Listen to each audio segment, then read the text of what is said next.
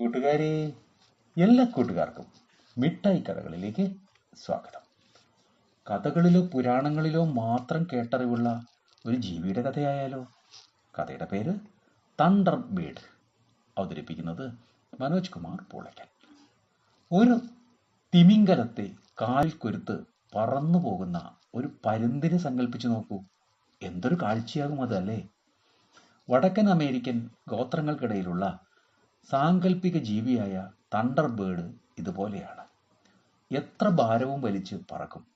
ഇടിമുഴക്കത്തിന്റെയും മിന്നലിന്റെയും കാരണക്കാരൻ എന്നാണ് തണ്ടർ ബേർഡിനെ ഇവർ വിശേഷിപ്പിക്കുക. വലിപ്പമുള്ള ശക്തിശാലിയായ തണ്ടർ ബേർഡിന് പരുന്തിന്റെ രൂപമാണ്. ചില ഗോത്രക്കാർ ഫാൽക്കണിന്റെ രൂപമായും കണക്കാക്കുന്നു. വലിയ ചിറകുകളാണ്, അതും 3 ജോഡി. ആ ചിറകടി ശബ്ദമാണത്രേ ഇടിമുഴക്കം ഉണ്ടാക്കുന്നത്. തിളങ്ങുന്ന കണ്ണുകളിൽ നിന്നുള്ള പ്രകാശമാണത്രേ മിന്നലായി വരുന്നത്.